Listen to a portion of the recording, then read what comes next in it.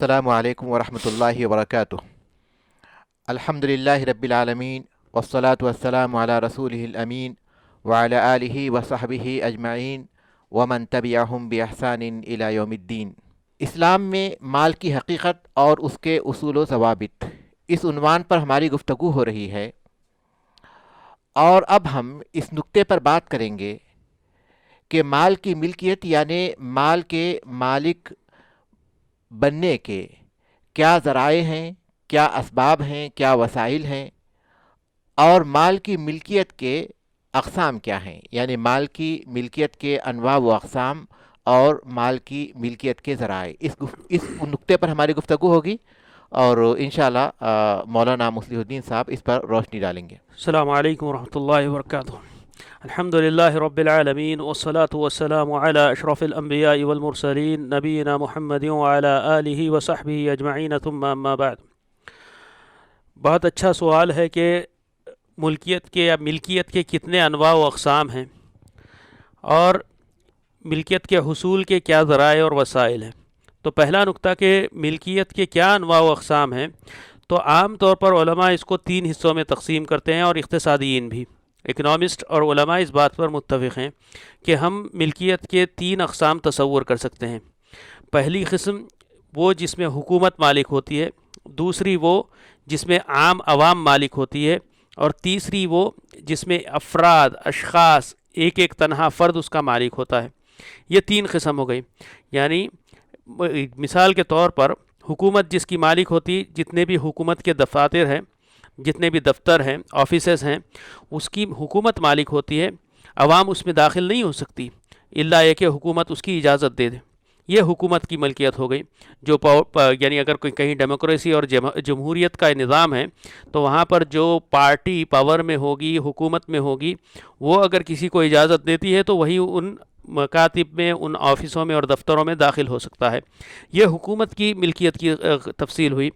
دوسری قسم کہ عوام جس کے مالک ہوتے ہیں، یعنی چاہے وہ بجٹ کے پیسوں سے یا پھر ٹیکسوں کے وصول کردہ پیسوں سے جو تعمیر کر کے سب کے نفع عام کے لیے جو رکھ دیتے ہیں، عوام کے فائدے کے لیے چھوڑ دیتے ہیں، جیسے کہ پبلک گارڈنز ہو گئے، جس کو باغ عام کہتے ہیں۔ اس قسم کے اگر پبلک گارڈنز ہو گئے، وہ عوام کی حکومت بھی اس کا کوئی خاص مالک نہیں ہوتا ہے۔ اسی طریقے سے جیسے ہمارے پاس عام طور پر کہا جاتا ہے سرکاری نل یا پھر پبلک ٹیپس جسے بولتے ہیں، تو وہاں پر بھی حکومت کی نہیں، وہ تو عوام کی ملکیت ہوئی، عوام اس کے مالک ہوتے ہیں، اور حکومت صرف اس کی نگرانی کرتی ہے۔ یہ دوسری چیز ہوئی۔ اب تیسری قسم جو تھی ہمارے پاس، وہ تھی اشخاص کی اور افراد کی ملکیت یا پھر ملکیت۔ تو افراد کی جو ہوتی ہے وہ جیسے ہر آدمی کا اپنا گھر ہو گیا، یا پھر کسی کا مدرسہ ہو گیا، یہ سب چیزیں افراد کی ہوتے ہیں۔ حکومت کا مدرسہ نہیں، پرائیویٹ سکولز جو ہوتے ہیں وہ کسی اشخاص کے ہوتے ہیں، کسی شخص کے ہوتے ہیں۔ دیکھیے اس میں سمجھنے کی ضرورت ہے، جب ہم کہہ رہے ہیں کہ پرائیویٹ پراپرٹی یا پھر افراد کی ملکیت، تو اس میں شخص یعنی مالک اس کا صرف تنہا ایک آدمی ہونا ضروری نہیں ہے۔ مثال کے طور پر اب سکول کی جو میں نے مثال دی تھی، پرائیویٹ سکول کی، ہو سکتا ہے کہ پرائیویٹ سکول میں 2 سے 3 مالک مشترکہ ہوں، تو پارٹنرشپ یا پھر سول اونرشپ اس کی بات نہیں ہو رہی ہے۔ فرد تنہا اس کا مالک ہے یا پھر شرکا اس کے مالک ہے، اس کی بات نہیں ہو رہی ہے۔ بات ہو رہی ہے کہ یہ 2 قسموں کو چھوڑ کر جس میں حکومت یا عوام مالک نہ ہو، اس کو ہم تیسرے خانے میں ڈالتے ہیں، اس کو ہم فردی ملکیت کہتے ہیں یا فردی ملکیت کہتے ہیں۔ تو یہ ملکیت کی 3 قسمیں ہوئی ہیں، اور اسی کے حساب سے اس کے احکام بھی مرتب ہوتے ہیں کہ جو جس قسم کی ہے اس کے حساب سے اس کے احکام ہوتے ہیں۔ یہ ہو گئی ملکیت کے اقسام کی بات۔ رہا کہ ملکیت کے ذرائع کیا ہے، کیسے کوئی شخص کسی چیز کا مالک بن سکتا ہے۔ میں پرائیویٹ اونرشپ کی بات کر رہا ہوں، یعنی اشخاص یا پھر افراد کی ایک جماعت مالک بنتی ہے، تو اس کے شریعت کی نظر میں جائز اور حلال ذرائع اور اسباب کیا ہیں۔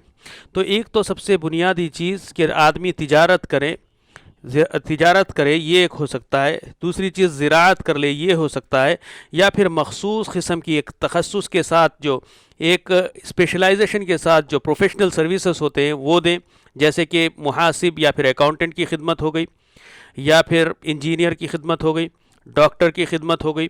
تو یہ سروسز انڈسٹری یا سروسز کی بات ہوتی ہے، تو یہ ایک چیز بھی ہو سکتی ہے۔ یہ تیسرا طریقہ میں بتایا، تجارت، زراعت، اسی طریقے سے پروفیشنل سروسز۔ تیسری چیز ہوتی ہے جو کہ شریعت میں بتائی گئی، وہ ہے لینڈ ریکلیمیشن، یا پھر بنجر زمین کو آباد کر دینا، اس میں زراعت کر کے یا کسی طریقے سے۔ اسی کو احیاء المواد کہتے ہیں۔ اس کی فقہی تفصیل کافی ہے، لیکن اس میں ہم جانے کی ابھی ضرورت نہیں، صرف میں ذرائع کی کو گنا رہا ہوں۔ تو یہ چوتھی قسم ہو گئی۔ پھر پانچویں قسم ہو گئی صنعت کاری، انڈسٹریز۔ صنعت کاری جہاں پر کسی قسم کا انتاج یا پھر پروڈکشن نتیجے میں آتا ہے، اس کو انڈسٹریز کہیں گے، مینوفیکچرنگ انڈسٹریز۔ پھر اس کے بعد چھٹی قسم ہوگی ہنٹنگ، یعنی شکار۔ یہ بھی یقیناً ایک طریقہ ہے کہ آدمی کسی کا مالک بن جائے ان جگہوں پر جہاں پر ہنٹنگ پرمیٹڈ ہے۔ مثال کے طور پر جو ندی تالاب ہے جہاں پر مچھلیاں ہوتی ہیں اور جہاں پر حکومت کو کوئی اعتراض نہیں ہوتا وہاں پر شکار کرنے سے، وہاں پر شکار کر لے تو وہاں سے مچھلیاں پکڑی جا سکتی ہیں۔ اور پرانے زمانے میں تو لوگ جنگلوں کو جاتے، وہاں پر بکری وغیرہ جو بھی ہوتی، ہرن، اس کو بھی شکار کر لیتے، وہ بھی ایک ذریعہ تھا اور شریعت نے اس کو بھی روا رکھا۔ اس کے بعد ہم چھٹی یا ساتویں قسم ہم یہ بھی کہہ سکتے ہیں کہ کسی کو کوئی انعام مل جائے، ریوارڈز اینڈ پرائزز۔ ریوارڈز کا مسئلہ ہوتا ہے کہ وَمَنْ جَاءَ بِهِ حِمْلُ بَعِيرٍ وَأَنَا بِهِ زَعِيمٌ، کہ ہو سکتا ہے کہ کسی کی کوئی چیز کھو گئی ہو، وہ اس کو طلب کر رہا ہو، اگر جو بھی لا دے تو پھر اس کو اس کے انعام کے طور پر کوئی چیز مل جائے، مکافات جسے کہتے ہیں۔ تو یہ بھی ایک طریقہ ہو گیا۔ یا پرائزز، کہ کسی قسم کا کوئی پرائز مل جائے، کوئی آدمی اپنی خوش دلی سے کوئی پرائز دے دے، یہ بھی ہو جاتا ہے اس کی طریقے سے۔ اور اس کے بعد جو قسم ہو سکتی ہے تحفے تحائف، یہ بھی اس کے بھی ذریعے افراد مالک بن جاتے ہیں۔ اور اسی طریقے سے ہوتا ہے کہ میراث طریقہ، یعنی جو باپ یا پھر شریعت میں جو نظام ہے اس کے تحت باپ کا بیٹے کو ملنا ہے، بیٹے کو باپ کا ملنا، وفات کے بعد جو منتقل ہو جاتی ہے جائیداد، انہیریٹنس، اسی کو ہم میراث کہتے ہیں، وہ بھی ایک طریقہ ہوتا ہے شخصی طور پر مالک بننے کا۔ اسی طریقے سے وصیت، کہ آدمی کسی کے حق میں کوئی وصیت کر دے، اس کو بھی ہو جاتا ہے۔ اور عورتوں کے لیے تو اور بھی مزید ذریعے ہیں۔ دیکھیں یہ اسلام کی خوبصورتی ہے۔ اکثر یہ تہمت لگائی جاتی ہے کہ عورتوں کو اسلام بالکل محدود کر دیا ہے، ان کے لیے ہر جگہ صرف ان کو چار دیواری میں قید کر کے رکھ دیا ہے، ان کے لیے ذرائع زیادہ نہیں ہے، وہ کما نہیں سکتی۔ میں بتاؤں کہ پیچھے جتنے ذرائع میں گن چکا ہوں ان سب میں عورتوں کے لیے گنجائش ہے، اس کے اپنے اصول و ضوابط ہے، وہ اپنی جگہ ہے، لیکن گنجائش یقیناً ان سب چیزوں کی ہے۔ اور اس کے بعد جو خاص عورتوں کے لیے وہ ہے دہیج۔ اسلام کا حقیقی نظام یہ ہے کہ مرد عورت کو دہیج دے گا، نہ کہ عورت سے دہیج لے گا۔ دہیج یا پھر جہیز جس کو کہہ دیتے ہیں عام زبان میں، ڈاوری جسے کہتے ہیں، ڈاوری عورت کا حق ہے تو یہ بھی دے گا۔ اس کے بعد اسی طریقے سے عورتوں کے لیے جو خاص ہو جاتا ہے نان و نفقہ مرد کی ذمہ داری ہوتی ہے، کہ جیسے کہ سورہ نساء میں اس کی آیتیں ملتی ہیں، تو نان و نفقہ بھی مرد کی ذمہ داری ہو جاتی ہے۔ اور یہ دو چیزیں خاص طور پر ہو گئی۔ اس کے ساتھ ساتھ اسلام میں ایک بڑا پیارا پہلو یہ بھی ہے کہ غربا، فقراء اور کچھ حالات ایسے ہیں جہاں پر 8 مصارف الزکوٰۃ، جس کو بتایا گیا کہ زکوٰۃ کے 8 مستحقین جو حقدار ہوتے ہیں 8، تو وہ بھی زکوٰۃ کے ذریعے ان کو بھی مل جاتی ہے ملکیت کا اختیار، وہ بھی مالک بن سکتے ہیں۔ یہ سب چیزیں اسلام میں جائز طریقے ہیں، جائز ذریعے ہے اس کے مالک ہونے کے، مال کے مالک بننے کے۔ تو اس کے علاوہ بھی ہر وہ چیز جو باہم اتفاق سے لوگ کر لیں اور اس میں کسی قسم کی شرعی مخالفت نہ ہو، شرعی مخالفت نہ ہو، وہ بھی چیز جائز ہو جاتی ہے۔ یہ چیزیں کچھ میں مستحضر ہے اور بتا دیا ہوں، آپ کے پاس اضافہ ہیں تو ضرور کریں انشاءاللہ۔ جی یقیناً کافی اہم باتیں ہمارے سامنے آئیں، جس کے ذریعے مولانا نے واضح کیا کہ اسلام کی ایک بڑی خوبی ہے کہ مال کے ملکیت کے بہت سارے اسباب رکھے گئے ہیں۔ کچھ اسباب تو ایسے ہیں جس میں انسان کو کوئی محنت و مشقت نہیں کرنی پڑتی، بلکہ قدرتی طور پر اللہ تعالیٰ نے ایسا نظام بنایا ہے کہ اس کے نصیب میں وہ حصہ آ جاتا ہے۔ مثال کے طور پر وراثت کا مال ہے، یا وصیت کے ذریعے ہے، یا انعام ہے، یا تحفے تحائف ہیں، ہدایہ ہیں۔ تو یہ وہ ذرائع ہیں جس میں انسان کو محنت و مشقت نہیں کرنی پڑتی، بلکہ اللہ تعالیٰ نے ایسا نظام رکھا ہے کہ وہ مال اس کے پاس پہنچ جاتا ہے۔ اور کچھ ایسے ذرائع ہیں جس میں انسان کو محنت کرنی پڑتی ہے، مشقت کرنی پڑتی ہے، جیسے تجارت ہے اور دوسرے بہت سے ذرائع ہیں، صنعت و حرفت وغیرہ وغیرہ، تو اس میں انسان کو محنت کرنی پڑتی ہے۔ تو اللہ تبارک و تعالیٰ نے ہمارے لیے اپنی زمین پر بہت سے ایسے اسباب مہیا کیے ہیں جن کے ذریعے ہم مال کے مالک بنتے ہیں اور اس کے ذریعے ہم بہت سا مال کماتے ہیں. یہ اللہ تبارک تعالیٰ کا بڑا فضل و کرم ہے. تو ہمارے اس پروگرام میں جو اب ہماری گفتگو آگے جاری رہے گی یقیناً اس موضوع پر کہ جو تجارت ہے، جو ایسے ذرائع ہیں جس میں انسان کو محنت و مشقت کرنی پڑتی ہے اور جس میں انسان سرمایہ کاری کرتا ہے اور اس کے ذریعے نفع کمانا چاہتا ہے، تو اس میں کیا اصول و ضوابط ہیں جن کا ہمیں خیال رکھنا ہے، اس پر انشاءاللہ ہماری خصوصی گفتگو ہوگی. ہم اچھی طرح جانتے ہیں کہ جو مال اللہ تعالیٰ نے ہمیں عطا کیا ہے اس میں اضافہ کرنا یہ انسان کی فطرت میں شامل ہے. ہر انسان کی یہ کوشش ہوتی ہے کہ وہ زیادہ سے زیادہ مال حاصل کرے اور اس میں اضافہ کرے، اور اللہ تعالیٰ نے بھی انسان کو مال میں اضافہ کرنے کی ترغیب دی ہے تاکہ وہ مباح کاموں میں اور اللہ تبارک تعالیٰ کے دین کے کاموں میں اسے خرچ کر سکے اور اپنے نفس، اپنے اہل و عیال اور بندگان خدا اور اللہ تعالیٰ کے راستے میں اسے خرچ کر سکے. مال کو بڑھانے کے جو بہت سے ذرائع ہیں اس میں ایک اہم ذریعہ یہ ہے کہ مال کو کسی کمپنی میں لگایا جائے اور اس کے ذریعے تجارت کی جائے، اور بہت سے لوگ یہ کام کرتے ہیں. لیکن اس سلسلے میں چونکہ اسلامی اصول و ضوابط سے واقف نہیں ہوتے اس لیے بہت سی غلطیاں کرتے ہیں. وہ لوگ بھی جو کمپنیوں کی بنیاد رکھتے ہیں اور وہ لوگ بھی جو کمپنیوں میں سرمایہ کاری کرتے ہیں یا اپنا مال لگاتے ہیں. لہٰذا اب ہم اس بنیاد پر یعنی اس نقطے پر گفتگو کریں گے کہ کسی کمپنی کی بنیاد رکھنے اور اس میں سرمایہ کاری کرنے کے کیا اصول و ضوابط ہیں، وہ کون سے اصول و ضوابط ہیں جن کا ہمیں خیال رکھنا چاہیے کسی کمپنی کی بنیاد رکھنے میں بھی اور اس میں سرمایہ کاری کرنے میں بھی.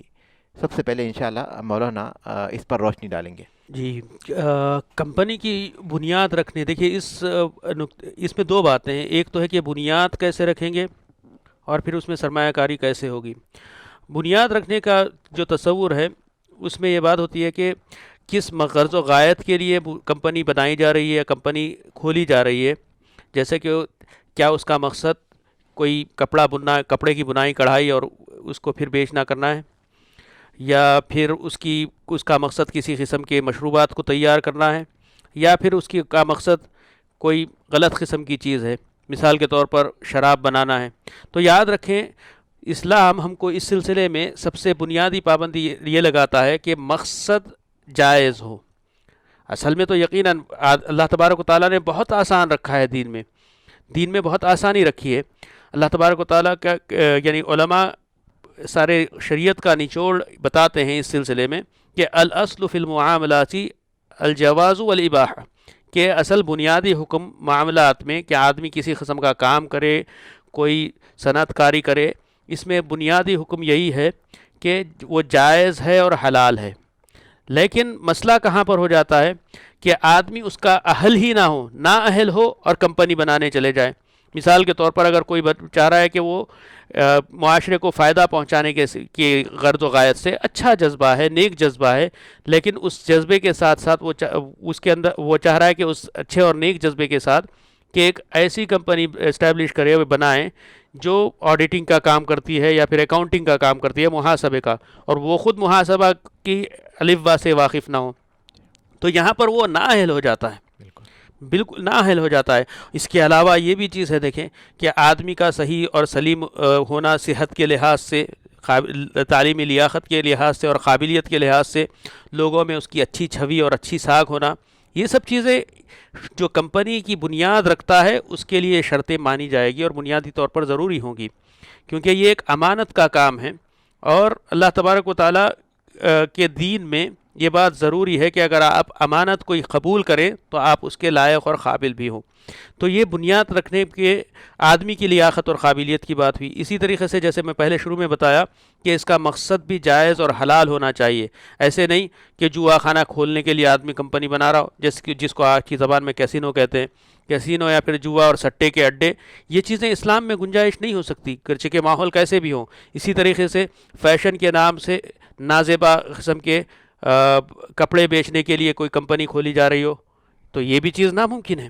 تو بتانے کا مقصد یہ ہے کہ کمپنی جو کی بنیاد جو رکھ رہا ہے وہ اس کے قابل ہو، پہلی شرط ہوگی، پہلا اصل ہوگا، اور دوسری چیز جو مقصد ہے وہ جائز ہو، یہ بھی ضروری ہوگا۔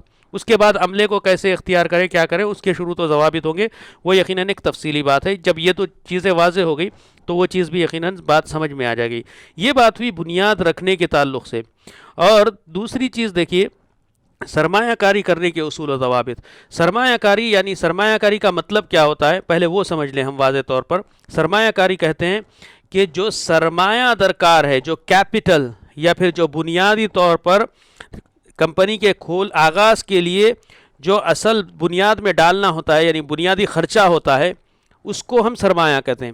تو سرمایہ کاری کا مطلب یہ ہوتا ہے کہ وہ سرمایہ کا حصول کہاں سے ہو، کیا خود میری ہی جیب سے ہو، میرے ہی شخص کا ایک طرح تنہا ہو، یا پھر لوگوں کو بھی میں شمار کروں۔ تو اسلام میں اس قسم کی کوئی پابندی نہیں کہ دوسروں کو شمار کرے تبھی وہ سرمایہ کاری ہوئی، اگر میں اپنے جیب سے لگاؤں تو وہ سرمایہ کاری نہیں ہوئی، بلکہ اس کو حتیٰ کہ اسلام کے ساتھ ساتھ قانون بھی یہی کہتا ہے، دونوں میں تمیز کرتا ہے۔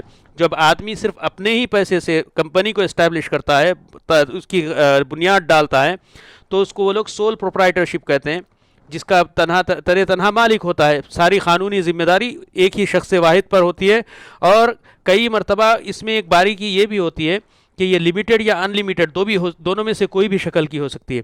لائبلٹی، لمیٹڈ لائبلٹی اور ان لمیٹڈ لائبلٹی کا معنی یہ ہوتا ہے کہ اگر کسی قسم کا نقصان ہو جائے یا کسی قسم کا حادثہ ہو جائے، تو یا کسی قسم کا نقصان کسی کو پہنچ جائے اس کمپنی کے ذریعے یا پھر اس کے تجارت کے ذریعے، تو اس کی بھرپائی کے لیے کس حد تک آدمی ذمہ دار ہوگا، اس کو طے کرنے کے لیے قانونی طور پر اگر وہ ان لمیٹڈ ہے تو صرف کمپنی کے سرمایہ تک نہیں، بلکہ انسان کے جو خاص اس کے جو ذاتی املاک و جائیداد ہوتے ہیں اس تک بھی رسائی کی جا سکتی ہے ان لمیٹڈ میں۔ جبکہ لمیٹڈ کا مطلب یہ ہوتا ہے محدود کا، کہ صرف کمپنی کا جو سرمایہ ہے اور اس کے اندر جو اثاثہ جات پایا جاتا ہے، صرف اسی حد تک اس سے وہ بھرپائی کرے گا۔ اگر وہ کافی نہ ہو تو پھر یہ کوئی دوسری صورت نکالی جائے گی، جیل، قید و بند کی، یا کوئی بھی صورت یا مہلت دی جائے گی، کچھ بھی ہوگا، لیکن اس کے ذاتی املاک تک رسائی نہیں کی جائے گی۔ تو یہ سول پروپرائٹرشپ سے تعلق رکھنے والی باتیں ہوں گئی۔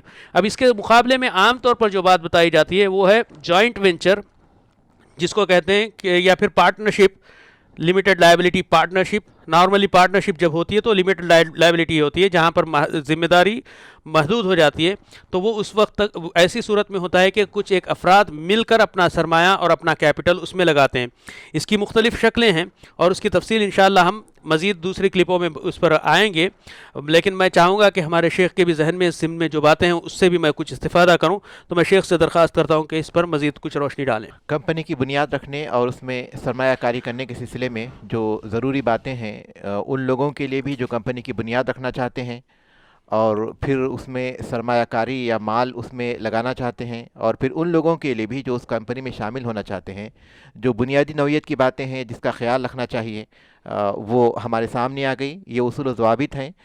ہر اس شخص کو جو کوئی کمپنی لگانا چاہتا ہے، اور اللہ تبارک تعالیٰ کا بہت بڑا احسان ہے کہ یہ ایک ایسا باب ہے جس میں بہت سی چیزیں مباح ہیں اور بہت سی چیزوں کی اجازت ہے، اور مسلمانوں کو، امت مسلمہ کو ایسی کمپنیوں کی یقیناً ضرورت ہے جس کے ذریعے مسلمانوں کی ضرورتیں پوری ہو سکیں، اور اس کے ذریعے مسلمان اپنے مال کو بڑھا سکیں اور پھر اللہ تبارک تعالیٰ کے دین کی خدمت کر سکیں، بندگان الہی کی خدمت کر سکیں۔